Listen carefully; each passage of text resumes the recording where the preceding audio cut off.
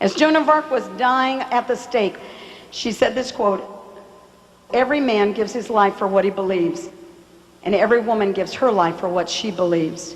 Sometimes people believe in little or nothing, and yet they give their lives to that little or nothing. One life is all we have. We live it and it's gone, but to live without belief is more terrible than dying, even more terrible than dying young." What do you burn for? What do you burn for? Jim Elliot said the famous words years before his martyrdom, "That man is no fool who gives what he cannot keep to gain what he cannot lose." And he prayed as a young man, "God, I pray, light these idle sticks of my life, and may I burn up for thee. Consume my life, my God, for it is thine. I seek not a long life, but a full one like yours, Lord Jesus."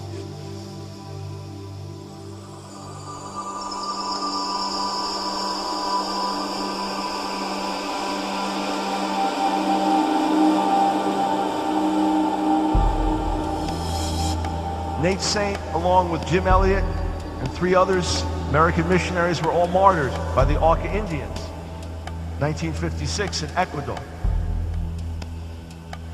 It was only after many years that Steve Saint, Nate's son, Nate was the pilot, found out all the details of what had happened. The killing of his father and the others. When I just read the account a few weeks back of the details of the martyrdom, it was an overwhelming thing to read. It was painful, it was tragic, it was tremendously moving.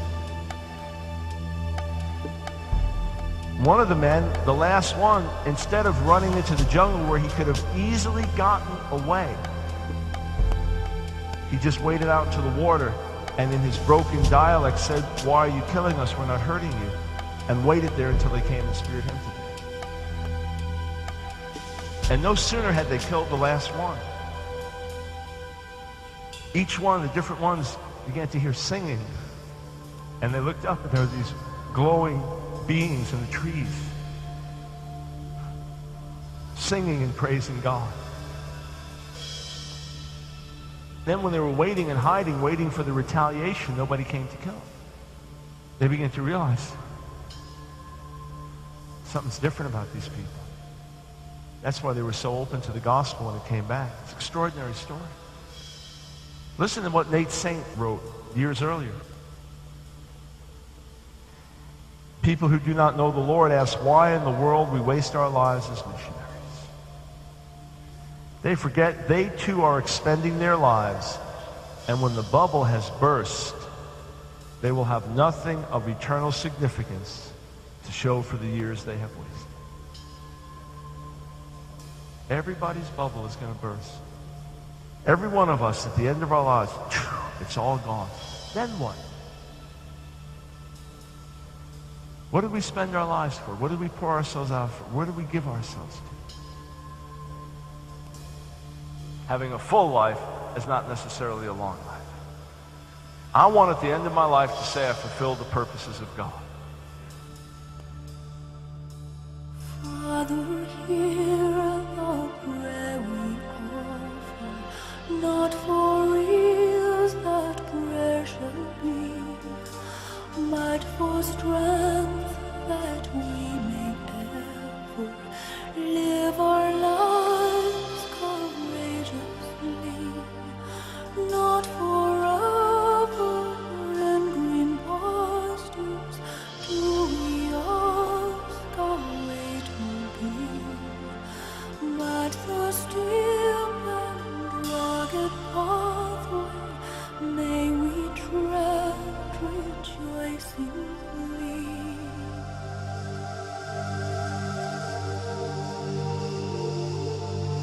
What's it going to be like for you if one day when you die and you make it to heaven, you made it in, and on that final day, you look around and there's that table you've heard all about, and it's time for the marriage supper of the Lamb.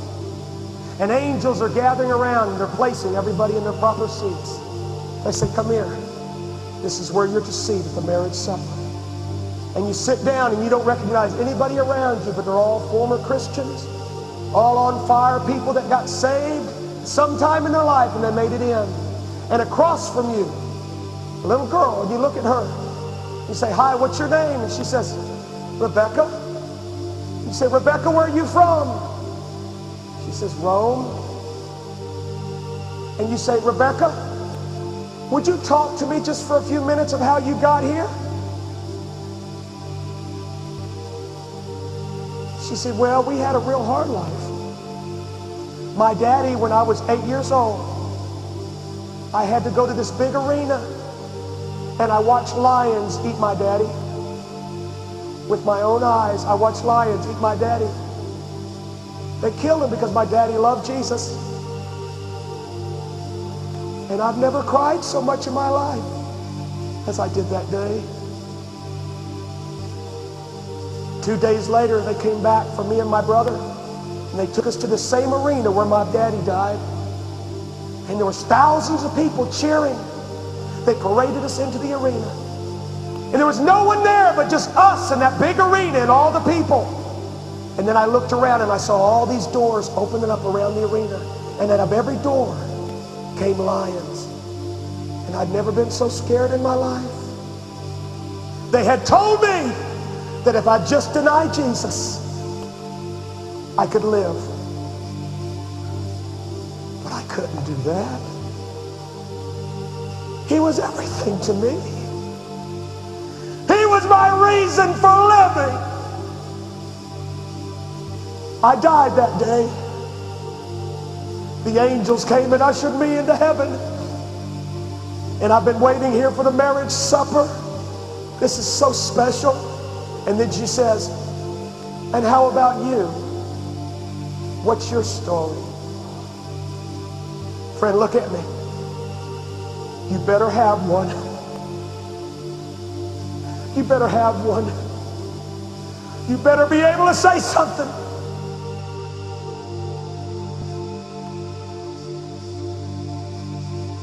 As a matter of fact, did you know that 160,000 people were martyred in 1996 for the cause of Christ?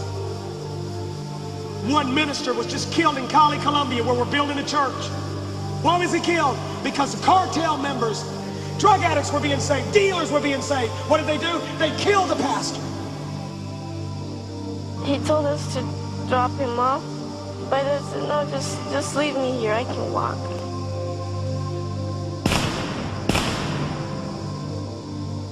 That was the last time I saw him. We are strength in our weakness, in our wanderings be our guide. Through and over, failure, danger, Father, I want you to think of what this means. My life for the gospel. we are strength My life for the gospel. in our wanderings be our guide. With his death, it's like it encouraged us to want to do the same, to lay down our lives for the Lord and not just die for him, but to live for him. That can be harder than dying for him.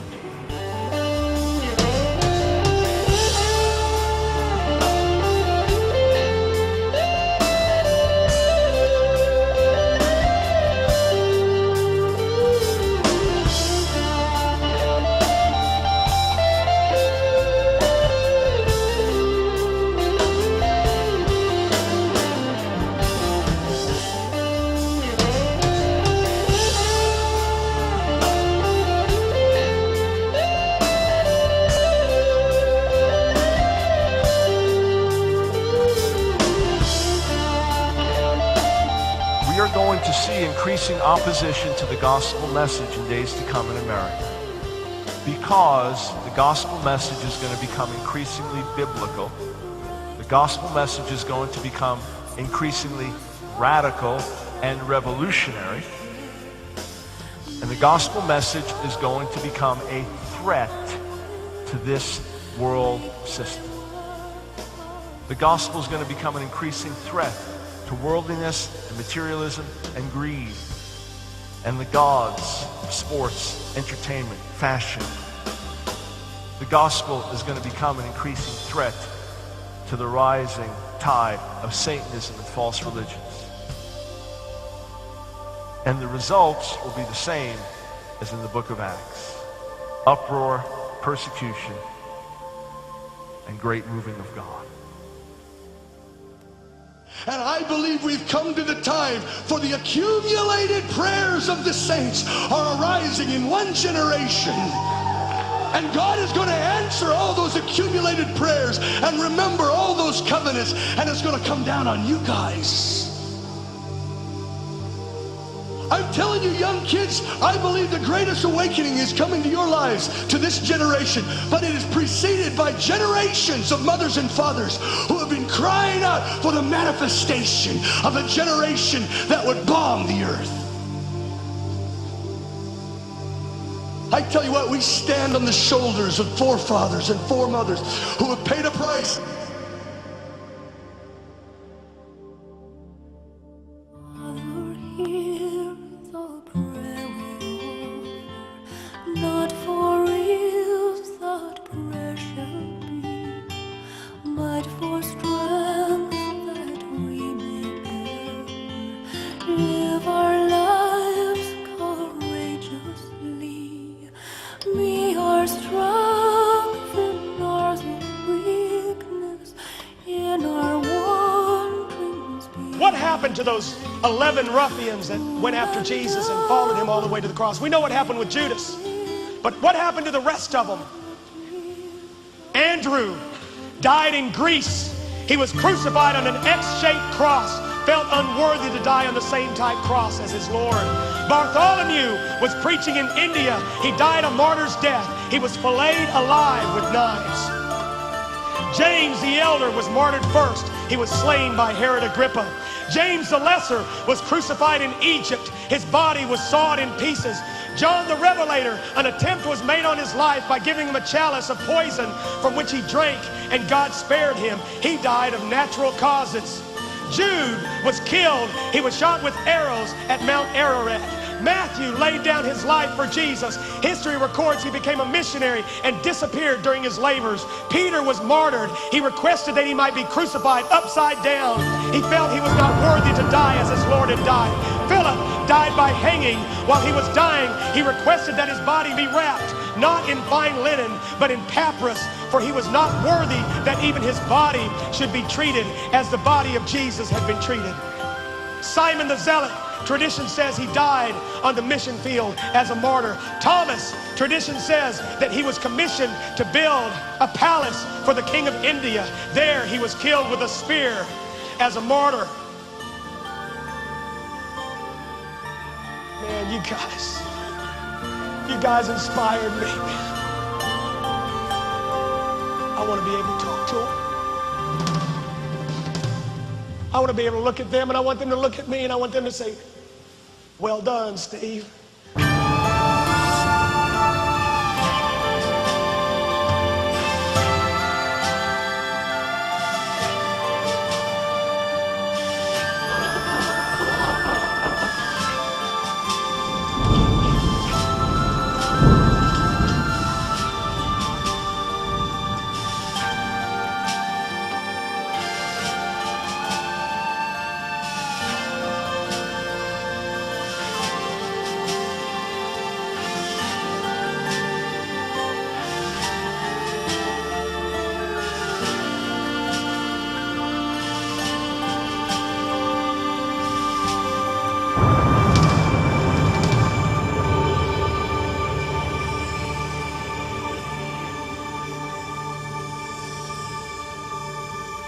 I want you to raise your hands to God.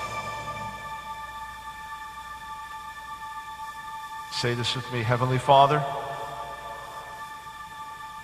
search my heart. Examine me even now. But this is my desire. My life for the gospel. Whatever it takes, Lord, make it real, that I may live a life that makes sense in the light of eternity.